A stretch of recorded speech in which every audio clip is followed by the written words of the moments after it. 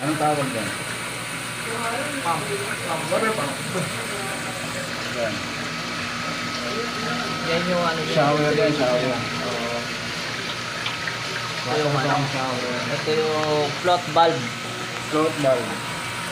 Yan, float valve yan. Yan yung kabuuan ng ice maker. Sarado ko na. Sige, set ka dyan ng sarado. As of now, 9 ampere. Naka-set up na siya. Sa likod ang inlet. Ayan.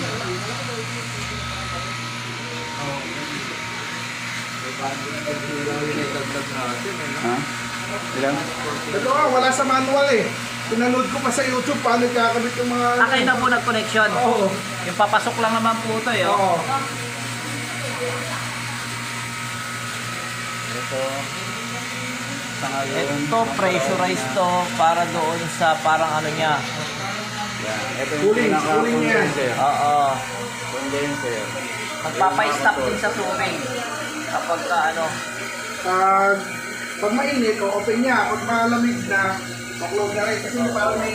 Ano siya eh? Thermostat. Ito. Oo, ito pinaka-thermostat, di ba? Oh, ito. Yan nagko-control ng pasok ng tubig. Oo, siya. Pero ito, tuloy-tuloy lang to. Yan ang nagko-control ng pasok ng Draining. tubig.